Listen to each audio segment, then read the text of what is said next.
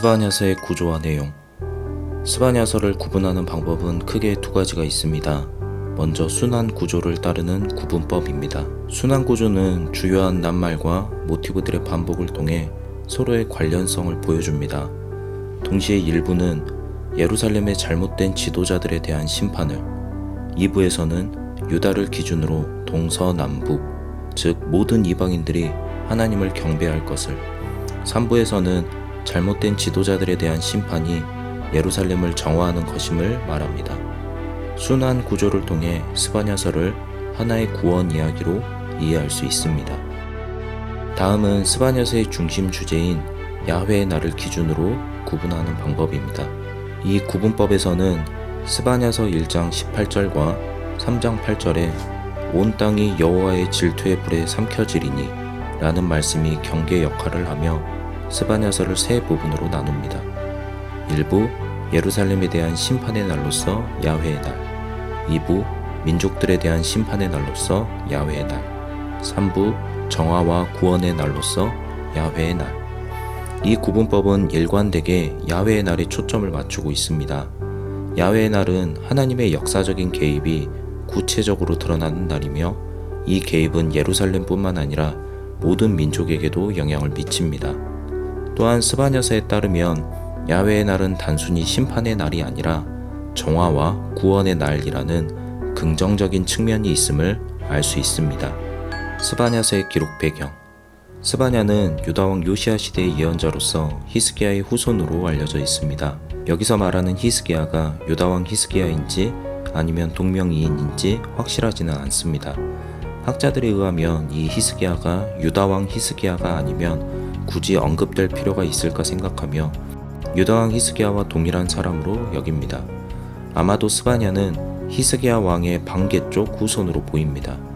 스바냐의 아버지는 구시인데 히브리어로 구시는 에티오피아 사람을 가리키는 말입니다. 아마도 스바냐의 아버지는 에티오피아 사람이었던 것 같습니다.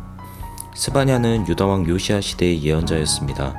요시야 왕은 기원전 640년, 그가 8세가 되던 해에 왕이 되어 609년까지 유다를 다스렸습니다. 요시야 왕은 종교개혁을 실행한 왕으로도 유명합니다. 열왕기하에 따르면 요시야는 그의 치세 18년에 성전에서 율법책을 발견한 것을 시작으로 종교개혁을 시작합니다. 역대기에서는 이미 어렸을 때부터 종교개혁을 시행하다 율법책을 발견한 것으로 말합니다. 아무튼 요시야는 하나님과 언약을 세워 바알과 아세라와 하늘의 1월 성신을 위해 만든 모든 그릇을 성전에서 내어 불사르고 우상을 섬기던 산당과 그 제사장들을 패하며 우상을 태워 빻아 가루를 만들고 남창의 집을 허물었습니다. 또한 언약책에 기록된 대로 유월절을 회복해 지켰습니다. 열왕기는 요시야 왕에 대해 다음과 같이 말합니다. 요시야와 같이 마음을 다하며 뜻을 다하며 힘을 다하여 모세의 모든 율법을 따라 여호와께로 돌이킨 왕은 요시야 전에도 없었고 후에도 그와 같은 자가 없었더라. 스바냐서가 비판하는 예루살렘의 고관대작들, 장사치들, 종교 지도자들의 행악을 보면 아직 스바냐 당시에는 요시야의 종교개혁이 시행되지 않은 것으로 보입니다.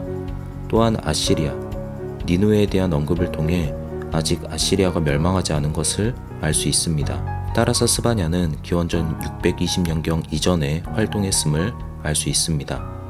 스바냐 예언자가 활동하던 시대의 예루살렘을 살펴보기 위해서는 히스기야 왕의 치세 기간 때부터 돌아볼 필요가 있습니다. 히스기야 왕은 유다의 성군으로 유명합니다. 그는 여호와께서 보시기에 정직하게 행하여 이스라엘 하나님 여호와를 의지하였는데 유다 여러 왕 중에 그러한 자가 없었으니 라 평가받습니다.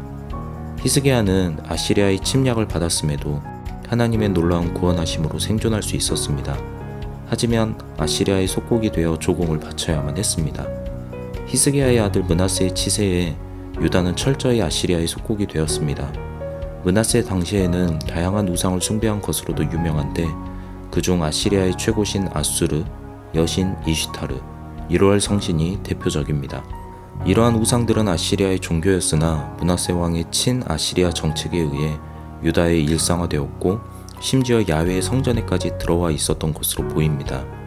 아시리아의 종교를 유다에 일상화시킨 것은 아시리아의 지배를 탄탄하게 하고 아시리아를 선전하기 위한 도구로 사용하기 위함이었습니다.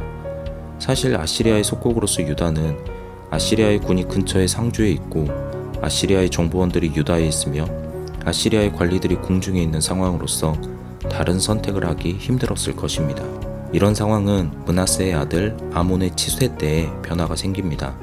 아몬 역시 친아시리아적인 정책을 계속해서 고수합니다. 하지만 아시리아의 세력이 점차 약해짐에 따라 반아시리아, 친이집트파가 힘을 얻기 시작했고 아몬 왕은 이들에 의해 살해당하기까지 합니다. 이런 친이집트적인 행동에 그 국민, 히브리어로는 암하아레츠, 그 땅의 백성이 들고 일어나 아몬 왕을 죽인 반역자들을 처단하고 요시야를 왕으로 세웁니다. 스바냐 예언자가 활동하던 당시의 예루살렘은 이렇게 친아시리아파와 친이집트파 그리고 그 땅의 백성들이 서로 힘겨루기를 하고 있었습니다.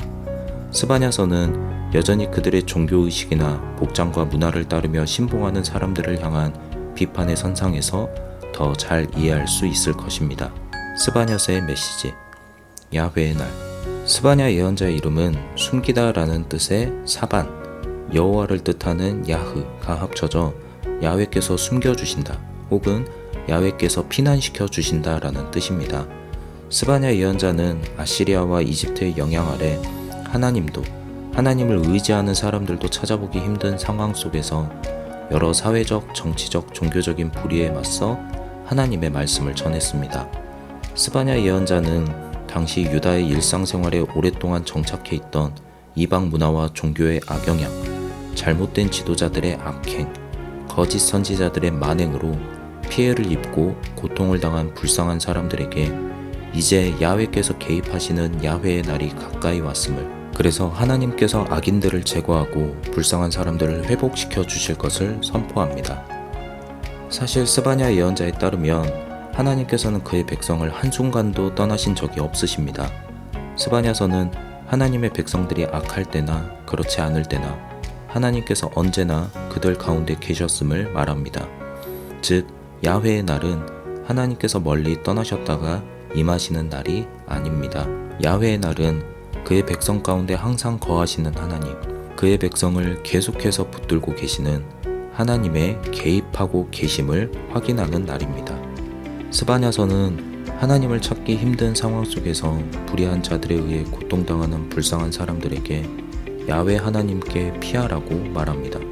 야훼 하나님의 개입하고 계심이 드러나는 야훼의 날이 가까이 왔으니 다른 나라를 의지하지 말고 하나님만을 의지하라 말합니다.